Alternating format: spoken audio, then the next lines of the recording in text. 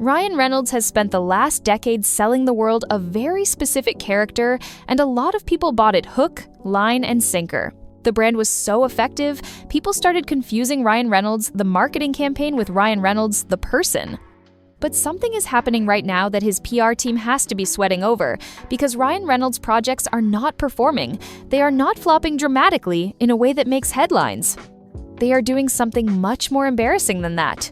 They are just quietly disappearing, sliding into studio limbo like they were never really there to begin with. And the timing of all of it is not exactly a coincidence. Let's start with Animal Friends because this one genuinely baffles me. Ryan Reynolds filmed this movie in Bulgaria in 2023, which was about 2.5 years ago. The cast is not small. Jason Momoa, Aubrey Plaza, Dan Levy. A studio comedy with that lineup should have had a trailer out within months of wrapping. Audiences should have been hearing about this constantly. Warner Bros. Picked it up and scheduled it for October of last year. Then all of a sudden, October became May of this year. That's weird. But okay, I guess. Things happen. Now, the May release date has become June of 2027, which is 4 years after they finished filming the thing.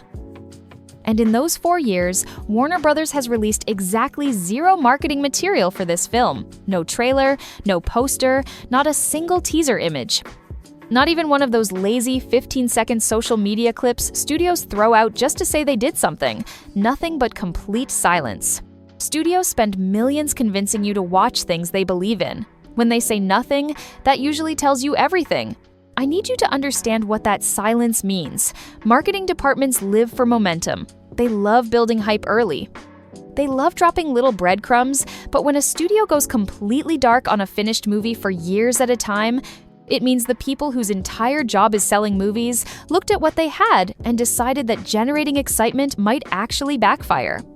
If Warner Bros. Were excited about this movie, you would already be sick of seeing the trailer.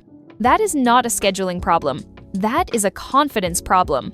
And if that were the only weird thing going on with Ryan Reynolds right now, sure, maybe you give him the benefit of the doubt. But it is not the only weird thing.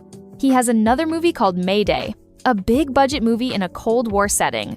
The kind of film that on paper should be getting a full theatrical rollout because the cast alone gives you something to market. They wrapped filming in June of 2024, so just about 2 years ago. And the distribution plan that finally came out? Straight to Apple TV. Not a theatrical release. Not even a limited run for a big-budget film starring one of the most heavily promoted actors in Hollywood. Streaming is where studios send projects when they want the risk to become someone else's problem. So we have one movie sitting in a vault for 4 years with no marketing. We have another one getting quietly dumped to streaming after 2 years on a shelf.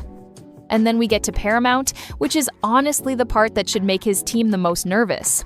Ryan Reynolds has a production deal with Paramount through his company, Maximum Effort. Paramount renewed that deal in 2024 and released the usual cheerful press statement about creative partnerships and exciting projects ahead. You know the kind of announcement I mean.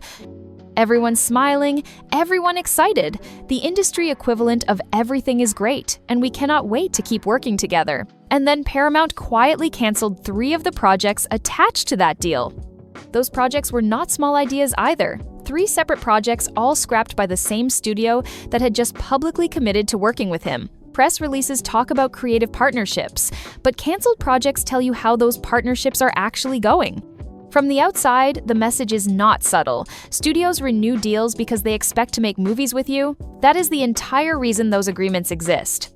When a studio renews your deal and then immediately starts eliminating the projects connected to it, the signal from the outside is pretty obvious.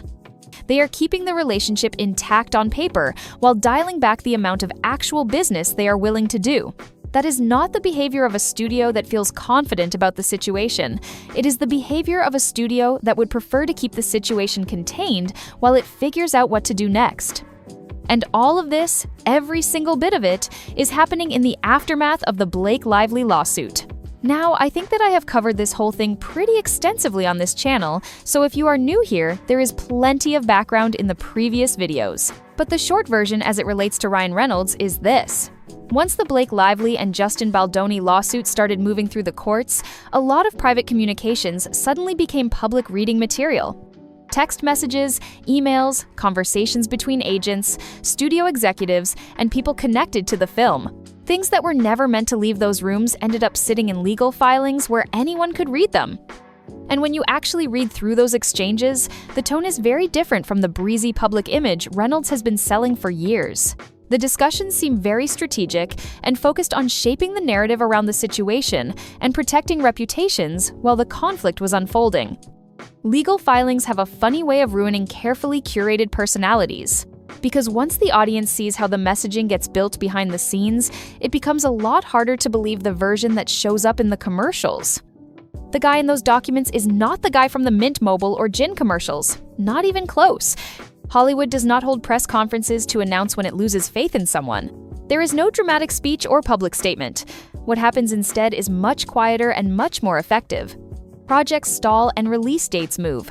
Marketing budgets get redirected, and executives start asking whether audiences still see the same person the studio has been selling them. In Hollywood, nobody tells you the brand is slipping, they just stop spending money on it. Studios and directors build projects around trust. A production set runs on clear roles. Producers produce, directors direct, actors perform. When the public conversation starts suggesting that someone might be trying to influence decisions outside their lane, it makes the people running those projects pay closer attention. Nobody wants a production turning into a power struggle. And when you line up what has happened over the last couple of years, the pattern is difficult to ignore. A completed film sitting untouched for years.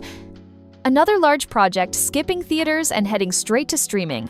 Multiple developments at the same studio disappearing after a deal was renewed. Individually, each of those things can happen in Hollywood. Put together, they start to look like the industry reassessing the risk. Ryan Reynolds built a career on the idea that he was the charming, self-aware outsider who somehow slipped into the center of the system without becoming like everyone else. That image carried him a long way. But once people start looking at the person behind the image more closely, the industry starts doing the same thing. And lately, a lot of very large studios look like they are thinking much more carefully about the next bet they place on Ryan Reynolds. That's my opinion!